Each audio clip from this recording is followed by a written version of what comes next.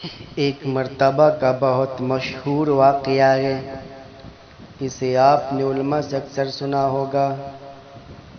میرے آقا صلی اللہ تعالی علیہ وسلم کے پیارے دیوانوں، حضرت اکرمہ رضی اللہ تعالی عنہ فرماتے ہیں کہ ایک ملک کا بادشاہ بہت ظالم اور کنجوس تھا۔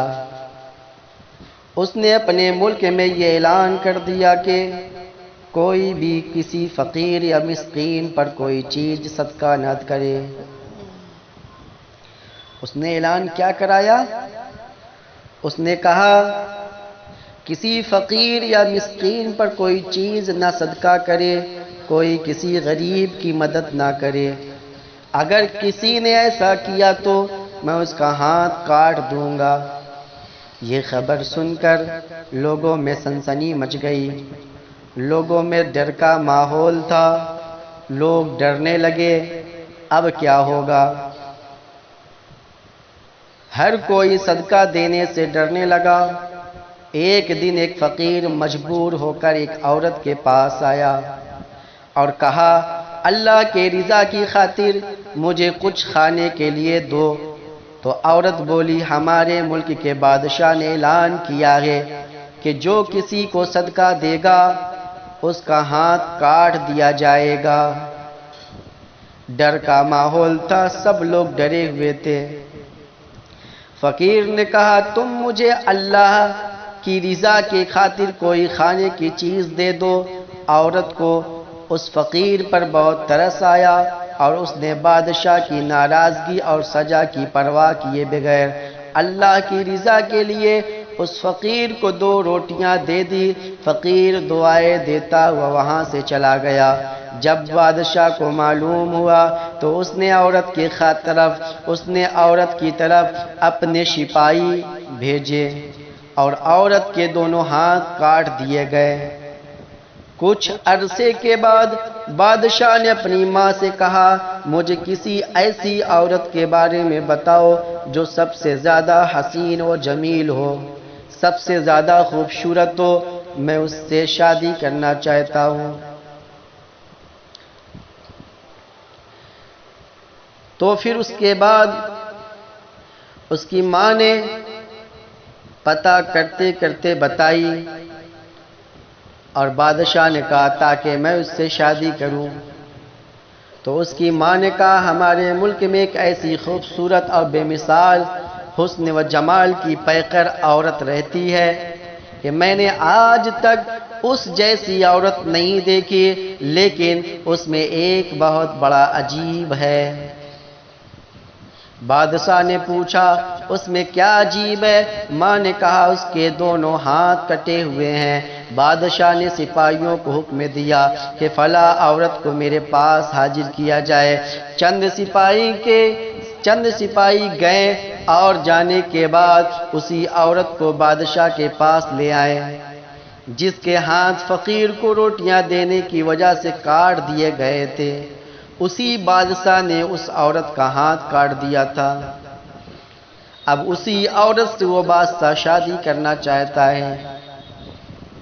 جب بادشاہ نے اس عورت کو دیکھا تو اس کے حسن و جمال نے بادشاہ کو حیرت میں ڈال دیا۔ بادشاہ نے اس سے کہا کیا تم مجھ سے شادی کرنا چاہتی ہو؟ عورت نے کہا مجھے کوئی اعتراض نہیں، اگر تم مجھ سے شادی کرنا چاہو تو مجھے منظور ہے۔ چنانچہ دونوں کی شادی ہوئی اور وہیں ہنسی خوشی زندگی گزارنے لگی۔ لیکن بادشاہ کی دوسری بیویاں حسد کی آگ میں جلنے لگی۔ بادشاہ کی دوسری بیویاں جلنے لگی، چڑھنے لگی کہ یہ دیکھو بادشاہ پہلی بیوی سے زیادہ پیار کرتا ہے اور ہم لوگوں سے اب پیار کرنا بند کر دیا ہے۔ ان کے دل میں یہ بات بیٹھ گئی کہ بادشاہ اب ہمیں اتنی وقت نہیں دیتا جتنی اس غریب و نادار نئی دلہن کو دیتا ہے۔ جو نئی دلہن کو زیادہ وقت دے رہا ہے، ہم لوگوں کو کوئی وقت نہیں دیتا بادشاہ۔ چنانچہ وہ ہر وقت اس فکر میں رہتی کہ کسی طرح اس نئی دلہن کو بادشاہ کی نظروں سے گرا دیا جائے، لیکن وہ اپنے اس مذموم ارادے میں کامیاب نہ ہو سکی۔ پھر اچانک بادشاہ کسی محاذ پر روانہ ہو گیا، کسی کام کی وجہ سے کہیں چلا گیا، اور وہاں اسے کافی دن دشمنوں سے لڑنا پڑا۔ بادشاہ کی بیویوں کو یہ بہت اچھا موقع مل گیا۔ پھر کیا ہوا؟ انہوں نے بادشاہ کو خط لکھا، جو بیویاں تھیں، بادشاہ کو خط لکھا کہ تمہارے پیچھے سے تمہاری نئی دلہن نے تمہاری عزت کو داغدار کر دیا ہے، اور وہ بدکار ہو گئی ہے، اور اس بدکاری کے نتیجے میں اس کے ہاں بچہ بھی پیدا ہوا ہے۔ جب بادشاہ کو یہ خط ملا تو وہ آگ بگولا ہو گیا۔ اس نے فوراً اپنے قاصد کو یہ پیغام دے کر اپنی والدہ کے پاس بھیجا کہ اس بدکار عورت کو اس کے بچے سمیت میرے ملک سے نکال دو، اس کے گلے میں کپڑا باندھ کر بچہ اس میں ڈال دو اور انہیں کسی جنگل میں چھوڑ دو۔ ان کی ماں نے ایسا ہی کیا اور اس کے گلے میں کپڑا ڈال کر بچہ اس میں ڈال دیا، پھر اس ملک سے دور ایک جنگل میں چھوڑ دیا۔ اور ایک جنگل میں چھوڑ دیا گیا۔ اب وہ بیچاری تنہا جنگل میں رہ گئی، لیکن اسے اپنے رب عز و جل سے کسی قسم کا کوئی شکوہ نہ تھا، وہ اس کی رضا پر راضی تھی۔ وہ بیچاری اسی طرح جنگل میں گھومتی رہی، پیاس کی شدت نے اسے پریشان کر رکھا تھا۔ آخر اسے دور ایک نہر نظر آئی، وہ نہر پر گئی اور جیسے ہی پانی پینے کے لیے جھکی تو اس کا بچہ گہرے پانی میں جا گرا اور ڈوبنے لگا۔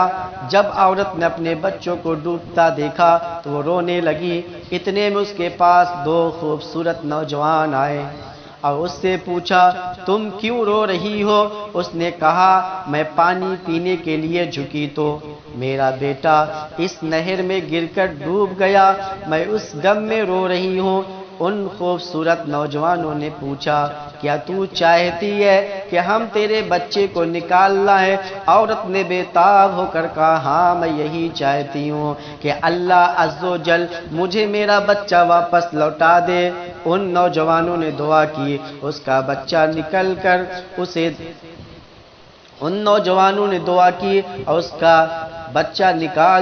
دے دیا۔ پھر انہوں نے پوچھا، اے رحم دل عورت، کیا تو چاہتی ہے کہ تیرے ہاتھ تجھے واپس کر دیے جائیں؟ جو بادشاہ نے تیرے ہاتھ کٹوا دیے، کیا تیرے ہاتھ واپس کر دیے جائیں اور تو ٹھیک ہو جائے؟ اس نے کہا، ہاں میں چاہتی ہوں۔ چنانچہ ان دونوں نوجوانوں نے دعا کی اور اس کے دونوں ہاتھ بالکل ٹھیک ہو گئے۔ عورت نے اللہ کا شکر ادا کیا اور حیران کن نظروں سے ان نوجوانوں کو دیکھنے لگی، جن کی برکت سے اسے ڈوبا ہوا بچہ بھی مل گیا، اس کے ہاتھ اسے لوٹا دیے گئے۔ اللہ اکبر کبیرہ۔ اس کے بعد پھر کیا ہوا؟ غور کرے تب پتہ چلتا ہے۔ جانتے ہو مسلمانوں، اس کے بعد یہی ہوا، جب اس کا بچہ بھی لوٹا دیا گیا اور ہاتھ بھی لوٹا دیے گئے تو نوجوانوں نے پوچھا، اے عظیم عورت، کیا تو جانتی ہے کہ ہم کون ہیں؟ عورت نے کہا، نہیں۔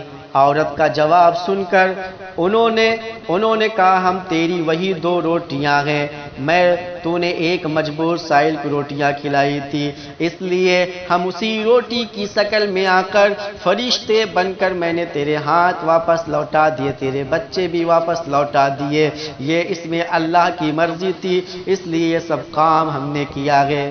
وہ لوگوں، کسی کے لیے مدد کر دینا، اللہ تعالیٰ اس کے اجر چاہی جب بھی دے سکتا ہے، کسی بھی وقت دے سکتا ہے۔